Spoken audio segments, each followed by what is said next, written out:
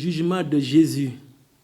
Alors je passe sur ce que j'ai écrit sur son passage devant le Sanhédrin pour aller directement sur son jugement. Jésus devant Pilate. Jésus est désormais comme un colis non désirable qu'on déplace au gré de la foule à la recherche de qui va détruire ce colis. Il est conduit chez l'autorité étatique romaine, le procurateur Ponce Pilate. Ce dernier engage le dialogue avec Jésus. Contrairement au Sanhédrin, qui se préoccupait de questions religieuses, notamment la filiation divine de Jésus, la question du temple, Pilate s'intéresse à une question temporelle, la royauté de Jésus. Tu es le roi des Juifs. Pilate, voyant cet homme blessé et fragile devant lui, réalise que Jésus n'a aucune ambition politique. Il ne constitue donc aucun danger pour lui et pour les Romains. Il veut l'acquitter tout bonnement. Il dit, « Je ne trouve en cet homme aucun motif de condamnation. » Pilate envoie Jésus à Hérode. C'est toujours dans sa logique de vouloir se débarrasser de ce colis gênant qu'est Jésus que Pilate l'envoie à Hérode. Il se fonde en cela sur le fait que Jésus, tout comme Hérode, est galiléen. Il s'arrangerait entre les Galiléens, s'est-il sans doute dit intérieurement. Hérode avait nourri en lui le désir de voir Jésus, ce grand thaumaturge. Il espérait le voir faire quelques miracles. C'est ce même Hérode que Jésus avait traité de renard. Dès lors, la rencontre entre les deux ne devrait pas être facile. Le silence pour lequel opte Jésus devant Hérode amène ce dernier à le prendre pour un fou. Si hier il a traité Hérode de renard, c'est au tour de Hérode de le railler avec le dernier mépris. Il le revêt d'un habit splendide et le renvoie à Pilate. Jésus de nouveau devant Pilate. Comme une balle de ping-pong, Jésus va de Pilate à Hérode, de Hérode à Pilate. C'est une patate chaude qu'aucune main ne peut garder. Du côté de Hérode, il s'agit d'un fou qui ne mérite alors aucune considération, il encombre plutôt. Du côté donc de Hérode, les choses ne sont pas aussi simples que ça pour Pilate, qui semble pris entre le marteau de sa conscience, qui ne trouve en Jésus aucun motif de condamnation, et l'enclume de la méchanceté de la foule qui réclame la tête de Jésus. Pilate ne m'est pas aussi antipathique que ça personnellement. Le terme Ponce Pilatisme qui a été forgé le laisse paraître. En fait, Pilate a eu peur. Il a joué toutes ses cartouches pour élargir Jésus. Il a eu peur. Il a reconnu que Jésus était innocent. Alors Pilate, à 8 reprises, pour vous dire, tente de montrer que Jésus est innocent. Il ne mérite pas une condamnation. 8 fois, je cite, « Moi qui ai procédé devant vous à l'interrogatoire, je n'ai rien trouvé en cet homme qui mérite condamnation parmi les faits dont vous l'accusez. » Il dira ensuite, « Hérode non plus, puisqu'il nous l'a renvoyé. » Il dit, « Ainsi, il n'y a rien qui mérite la mort dans ce qu'il a fait. Je vais donc lui infliger un châtiment et le relâcher. » Il convoque la personne de Barabbas. Il pense que par le seul fait d'évoquer le nom de ce grand bandit, la foule finira par lâcher prise. Quel mal a donc fait cet homme, dit-il, se demande-t-il. Je n'ai rien trouvé en lui qui mérite la mort. Je vais donc lui infliger un châtiment et le relâcher. Les manœuvres de Pilate n'y feront rien. La foule tient à ce que Jésus subisse le supplice de la croix, la mort la plus ignominieuse qu'il soit, selon ces paroles du Deutéronome, chapitre 21, verset 23, « Maudit celui qui est pendu sur le bois. » Et je passe à autre chose. Le chemin de la croix. Je conseillerais une lecture du chapitre 53e du prophète Isaïe avant de suivre Jésus sur le chemin de la croix. La foule qui accuse Jésus et réclame sa crucifixion a finalement gain de cause. Jésus sera crucifié. Qui saurait nier qu'aujourd'hui, Dieu est profondément rejeté dans notre monde? Cette situation de rejet de Dieu est exploitée malheureusement par le malin qui nourrit dans l'homme contemporain une exaltation de soi-même contre l'amour de Dieu. Et on dit qu'à quelque chose malheur est bon par ces temps qui courent. Nous recevons beaucoup de vidéos où nous voyons des gens qui sont appris à se rappeler la fragilité humaine. Mais avant et jusqu'à présent, Dieu est mis à la porte de nos vies, de notre monde.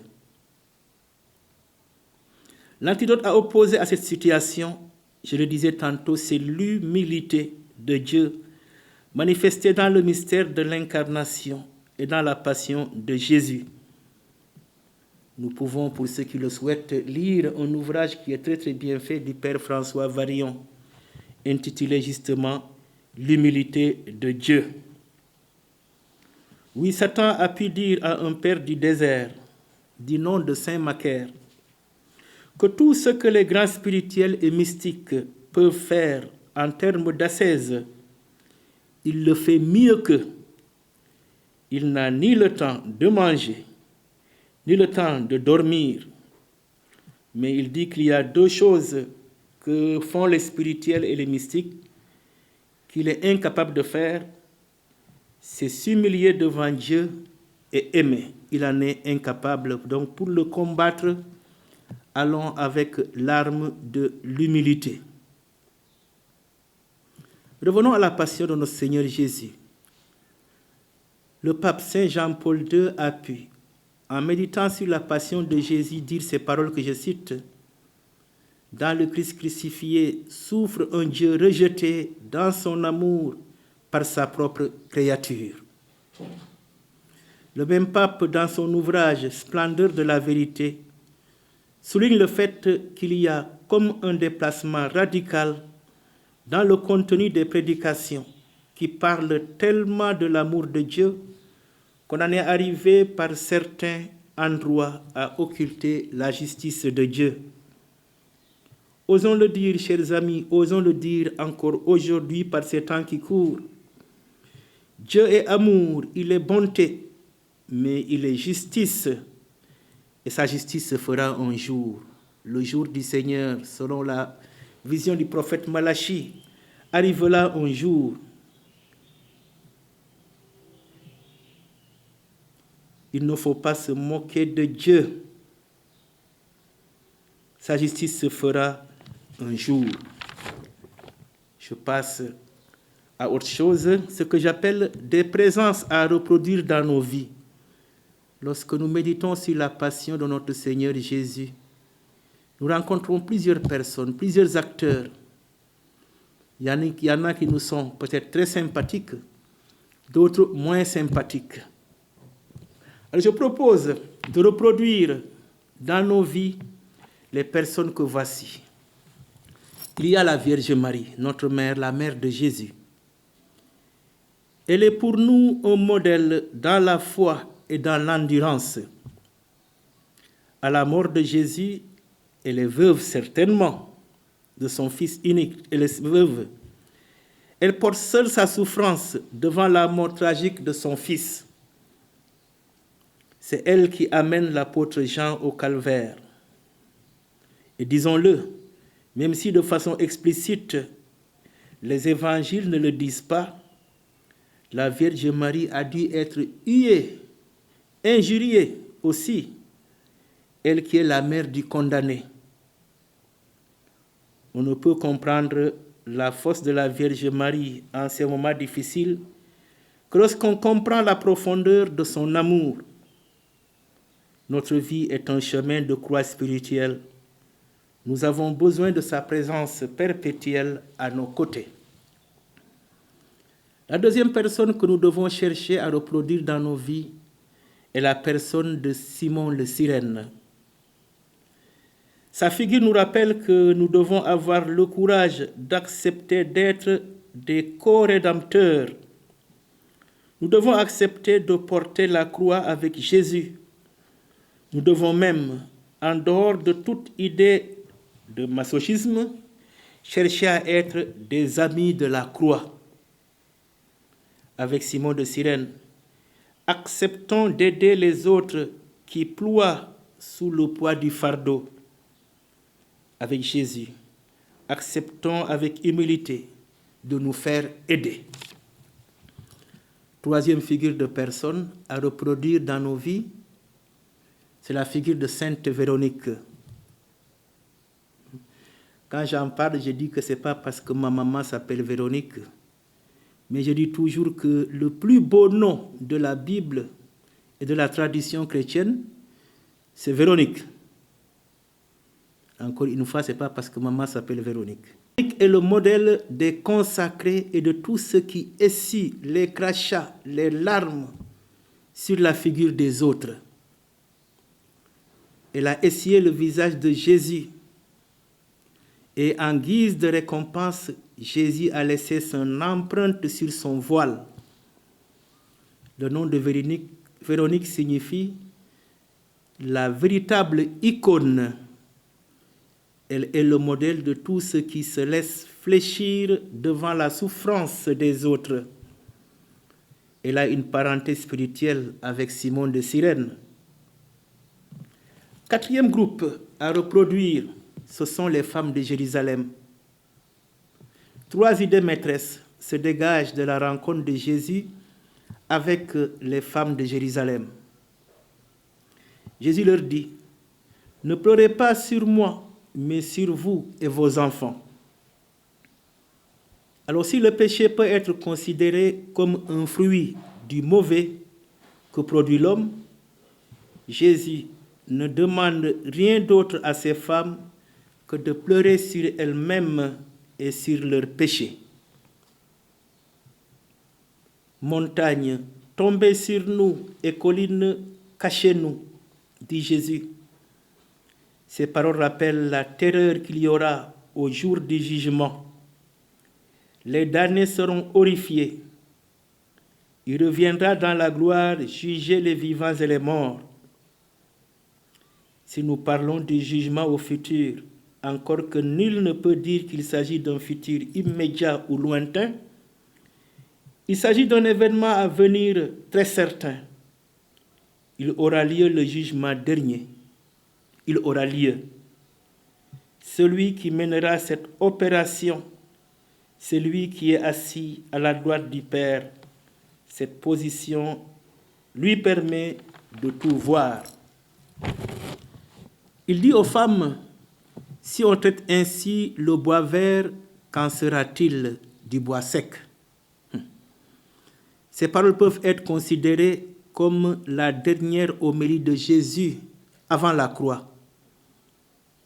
À travers le bois vert, il faut voir celui qui est en relation avec Dieu. Jésus en est le paradigme. Et dans le bois sec, il faut voir celui qui est coupé de la relation divine. Jésus, avant sa mort, nous fait quelques cadeaux. Il y en a 4. Donc 4 cadeaux du Rédempteur au monde avant sa mort. Le premier cadeau se trouve dans ces paroles de Jésus. Père, pardonne-leur car ils ne savent pas ce qu'ils font. Il s'agit du cadeau du pardon universel que Jésus étend à tout homme. Deuxième cadeau lié à ces paroles. En vérité, je te le dis, aujourd'hui tu seras avec moi dans le paradis. Ces paroles de Jésus au bon larron. Ces paroles que Jésus adresse au bon larron. Ce dernier est le modèle de ceux qui savent se mettre en face d'eux-mêmes, le bon larron, pour reconnaître leurs erreurs. Il dit ceci à l'autre qui injuriait Jésus. Pour nous, c'est juste. Nous recevons ce que nous avons semé. Nous l'avons mérité, mais lui, il n'a rien fait. Il a osé se mettre en face de lui-même. Jésus lui ouvre la porte du paradis. C'est le deuxième cadeau fait au monde par Jésus avant sa mort. En parlant du bon larron que la tradition appelle Dismas, les pères de l'Église ont ces beaux mots pour le qualifier. Voleur sur terre et voleur de paradis. Troisième cadeau. Femme, voici ton fils. Fils, voici ta mère. L'apôtre Jean est le modèle du prêtre. Il est le modèle de l'humanité.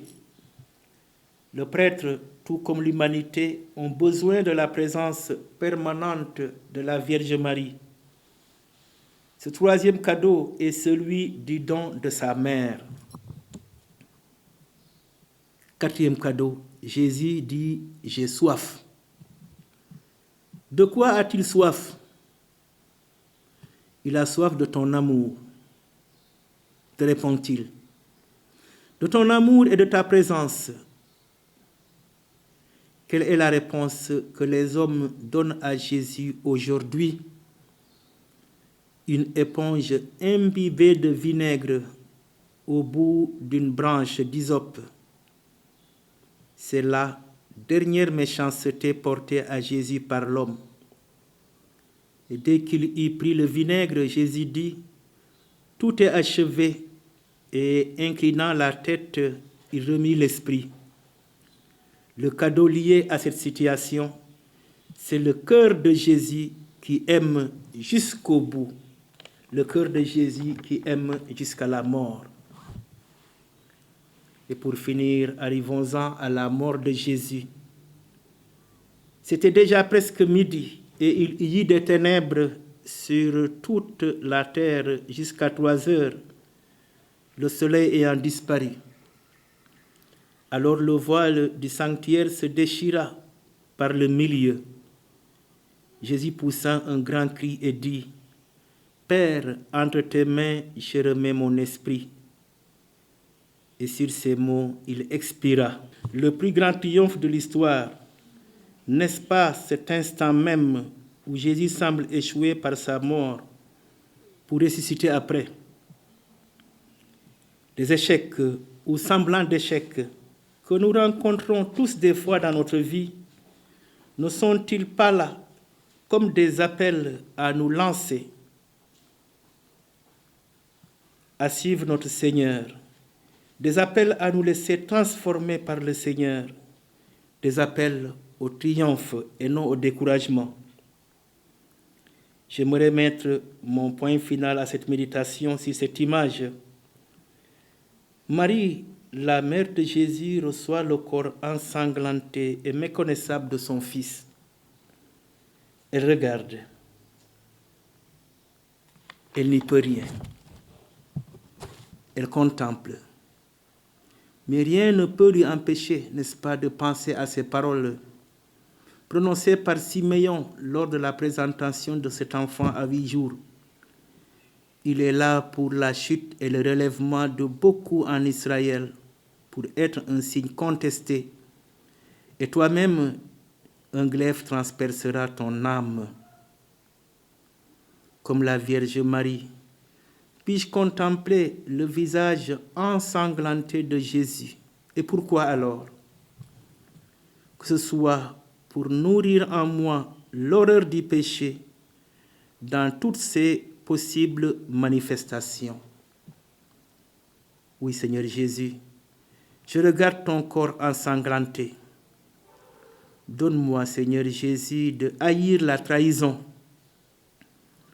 Je regarde ton cœur ensanglanté, Seigneur Jésus. Donne-moi, Seigneur Jésus, de haïr le reniement. Seigneur Jésus, je regarde ton corps ensanglanté. Seigneur Jésus, donne-moi de haïr la peur et la duplicité. Je regarde ton corps ensanglanté, Seigneur Jésus. Oui, Seigneur Jésus, donne-moi de haïr les faux témoignages et les mensonges. Seigneur Jésus, je regarde ton corps ensanglanté. Seigneur Jésus, donne-moi de haïr la violence. Je regarde ton corps ensanglanté, Seigneur Jésus. Seigneur Jésus, donne-moi de haïr la dérision des autres. Je regarde ton corps ensanglanté, Seigneur Jésus. Seigneur Jésus, donne-moi de haïr la torture. Je regarde ton corps ensanglanté, Seigneur Jésus. Seigneur Jésus, donne-moi de haïr l'injustice. Donne-moi de haïr le refus de Dieu. Au nom du Père et du Fils et du Saint-Esprit, notre secours est dans le nom du Seigneur qui a fait le ciel et la terre. Je vous remercie.